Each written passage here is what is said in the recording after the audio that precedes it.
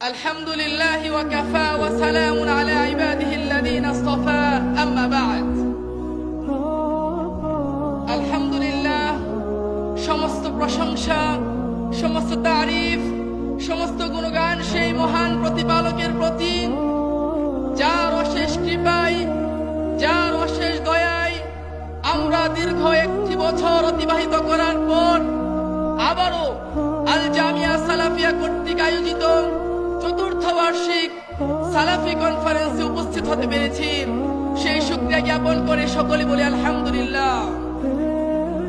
দরুদ ও সালাম বর্ষিত হোক মানবতার মুক্তির দূত আখিরি পয়গম্বর নবী মুহাম্মদুর রাসূলুল্লাহ সাল্লাল্লাহু আলাইহি ওয়াসাল্লামের প্রতি।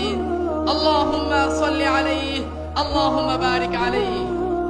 উপস্থিত আজকের সালাফি কনফারেন্সের সভাপতি সাহেব এবং আমার সামনে উপবিষ্ট দেশের প্রত্যন্ত অঞ্চল থেকে আগত একদল ইলম পিপাসু তাওহীদি জনতা, সকলকে অন্তরের অন্তরস্থল থেকে জানাই আন্তরিক শুভেচ্ছা ও অভিনন্দন। প্রিয় উপস্থিতি, আজকে আমার সংক্ষিপ্ত বক্তব্যের বিষয় হচ্ছে অধিক ফজিলত সম্পন্ন কিছু আমল। উক্ত বিষয়ের উপর সংক্ষিপ্ত আলোচনা করব ইনশাআল্লাহ। ওয়া মা তাওফীকি ইল্লা বিল্লাহ আলাইহি তাওয়াক্কালতু ওয়া ইলাইহি উনীব।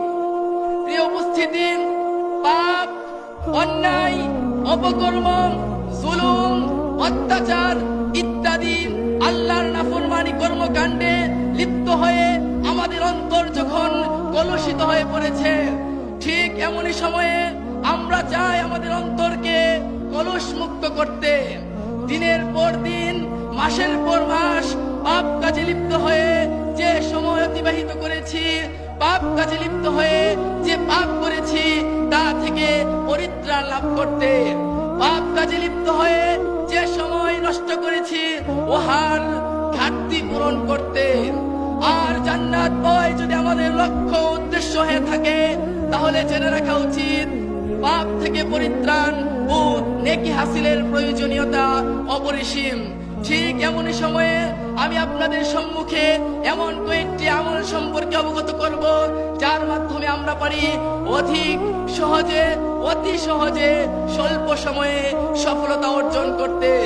তাই সকলকে দৃষ্টি আকর্ষণ করে বলছেন, আমার কথাগুলোর দিকে আপনারা লক্ষ্য করুন। ইনশাআল্লাহ আপনাদের জন্য উক্ত আলোচনার মধ্যে উপকারিতা রয়েছে বলে বিশ্বাস করছি।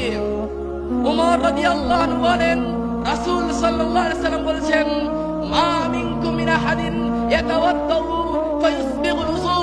তোমাদের মধ্যে হতে যে ব্যক্তি পরিপূর্ণভাবে ওযু করবে, ফায়াকুল, অতঃপর বলবে, আশহাদু আল্লা ইলাহা ইল্লাল্লাহ ওয়াহদাহু লা শারীকা লাহু ওয়া আশহাদু আন্না মুহাম্মাদান আবদুহু ওয়া রাসূলুহু। আমি সাক্ষ্য দিচ্ছি যে আল্লাহ ছাড়া কোনো মাবুদ নেই, তিনি এক, তার কোনো শরীক নেই। এই সাক্ষ্য দিবে যে মুহাম্মদ সাল্লাল্লাহু আলাইহি সাল্লাম আল্লাহর বান্দা ও রাসূল। মুহাম্মদুর রাসূলুল্লাহ সাল্লাল্লাহু আলাইহি ওয়াসাল্লাম বলছেন, ইল্লা ফুতিহাত লাহু আবওয়াবুল জান্নাহ। তার জন্য জান্নাতের দরজাসমূহ খুলে দেওয়া হবে। আস-সামানিয়া, 8টি দরজা খুলে দেওয়া হবে। ইয়াদখুলু মিন আইয়িহা শা, সে যেটি দিয়ে ইচ্ছে সেটি দিয়ে প্রবেশ করতে পারবে। সুবহানাল্লাহ। মুসলিম হাদিস নাম্বার 234। আমি বিশ্বাস করি আপনারা যারা এখানে উপস্থিত হয়েছেন সকলে উক্ত বাক্যটি, উক্ত কালেমাটি পারেন। তাই আসুন আমরা উক্ত কালেমাটিকে মূল্যায়ন করি। প্রিয় উপস্থিতি, বলছিলাম অধিক ফজিলত সম্পন্ন কিছু আমল। তন্মধ্যে আবু হুরায়রা রাদিয়াল্লাহু আনহু বলেন, রাসূল সাল্লাল্লাহু আলাইহি ওয়াসাল্লাম বলেছেন, মান সাব্বাহাল্লাহ দুবুরা কুল্লি সালাতিন সালাসা ওয়া সালাসিন।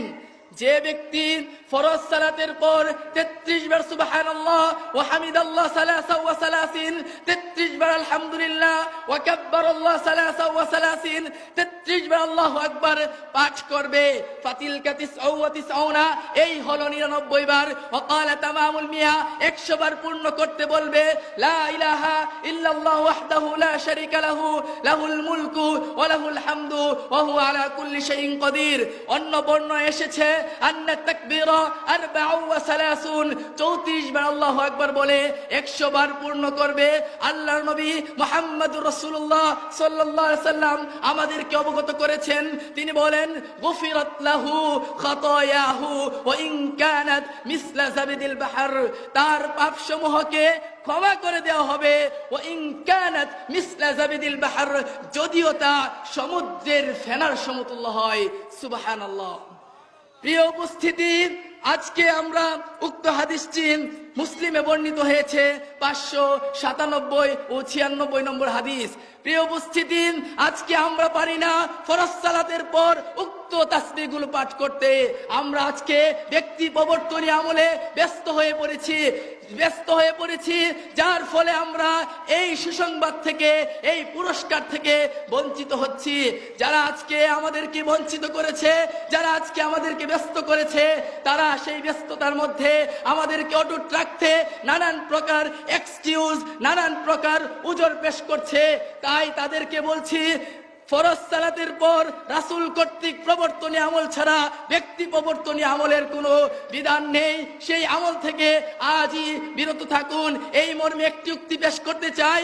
আলী রাদিয়াল্লাহু আনহু বলছেন, লাউ কানা দ্বীনু বির-রাই, দ্বীন ইসলাম ধর্ম যদি কোন ব্যক্তির কথাই প্রতিষ্ঠিত হতো, লাকানা আসফালুল খুফফি আওলা বিল মাসহি মিন আলাহু, তাহলে মুজার উপরে বাগ মাসহ করার চেয়ে নিচের বাগ মাসহ করা অধিক উত্তম হতো। ওয়াকাদ রাআইতু রাসূলুল্লাহ সাল্লাল্লাহু আলাইহি সাল্লাম ইয়ামসাহু আলা যাহিরি খুফাইহি, অথচ আমি আল্লাহর নবীকে মুজার উপরে বাগ মাসহ করতে দেখেছি। আমি মনে করি তাদের জন্য উক্ত উপমাটি যথেষ্ট হবে। প্রিয় উপস্থিতি, বলছিলাম অধিক ফজিলত সম্পন্ন কিছু আমল, তন্মধ্যে জাবের রাদিয়াল্লাহু আনহু বলেন, রাসূল সাল্লাল্লাহু আলাইহি সাল্লাম বলেছেন, মান ক্বালা হিনা ইয়াসমাউন নিদা, যে ব্যক্তি আযান শোনার পর বলবে আল্লাহুম্মা রাব্ব হাযিহি দাওয়াতিত তাম্মা ওয়াস সালাতিল কায়িমা আতি মুহাম্মাদানিল ওয়াসিলাতা ওয়াল ফাযিলা ওয়া বা'আসহু মাকামান মাহমুদানিল্লাযী ওয়া'আদতা। আমরা সকলেই পারি, যারা পারি না তারা শিখে নেব উক্ত বাক্যগুলো। আল্লাহর নবী মুহাম্মদুর রাসূলুল্লাহ সাল্লাল্লাহু আলাইহি সাল্লাম বলেছেন, হাল্লাত লাহু শাফাআতি ইয়াউমাল কিয়ামা, রাহুল বুখারী। প্রিয় উপস্থিতি, নবী সাল্লাল্লাহু আলাইহি ওয়াসাল্লাম বলছেন, ওই ব্যক্তির জন্য যে ব্যক্তি আযানের বাক্য শোনার পর উক্ত দোয়াগুলো পাঠ করবে, ওই ব্যক্তির জন্য কিয়ামতের দিন আমার সুপারিশ ওয়াজিব হয়ে যাবে। সুবহানাল্লাহ। প্রিয় উপস্থিতি, আর নয় পীরের কাছে, আর নয় মাজারের কাছে, আর নয় গাউস কুতুবের কাছে, আসুন আজ থেকে আযানের পর উক্ত বাক্যগুলো পাঠ করে রাসূল সাল্লাল্লাহু আলাইহি সাল্লামের গ্রহণযোগ্য সুপারিশ গ্রহণ করি। আল্লাহ রাব্বুল আলামিন আমাদেরকে সেই তৌফিক দান করুন, আল্লাহুম্মা আমিন। বলছিলাম অধিক ফজিলত সম্পন্ন আমল, তন্মধ্যে আরেকটি আমল বলে আমার বক্তব্য শেষ করব।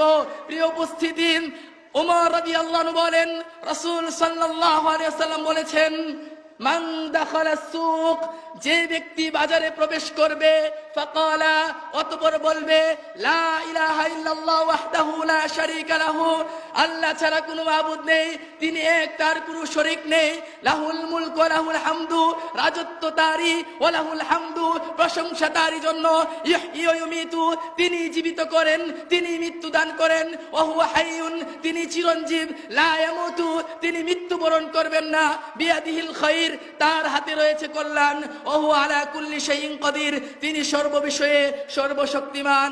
এই দোয়াটি আপনারা মুখস্থ করে নেবেন। আপনারা দোয়াটি পাবেন আইনে রাসূল দোয়া অধ্যায় বইয়ে, এবং আপনারা এই দোয়াটি ইমাম সাহেবদের সহযোগিতায়, মুয়াজ্জিনদের সহযোগিতায় শিখে নেবেন।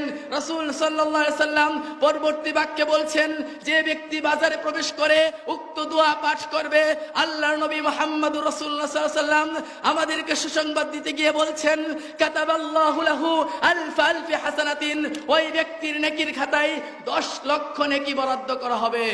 ওমাহা আনহু আলফা আলফি সাইয়্যাতিন, তার 10 লক্ষ পাপ মিটিয়ে দেওয়া হবে। ওরাফা লাহু আলফা আলফি দারাজাতিন, তার মর্যাদা 10 লক্ষ গুণ উন্নীত করা হবে। সুবহানাল্লাহ। হাদিসটি তিরমিজিতে বর্ণিত হয়েছেন 3228 নম্বর হাদিস।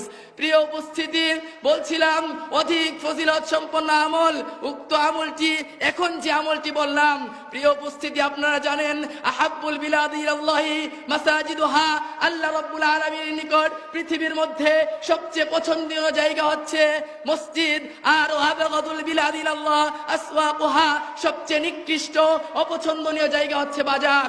আর সেই বাজারে যখন রাসূল কর্তৃক প্রবর্তনীয় তার অনুসরণ করে তার রীতি অনুযায়ী যদি আমরা প্রবেশ করি, উক্ত দোয়া পাঠ করে, তাহলে আমাদের জন্য কত বড় পুরস্কার রয়েছে, সুসংবাদ রয়েছে।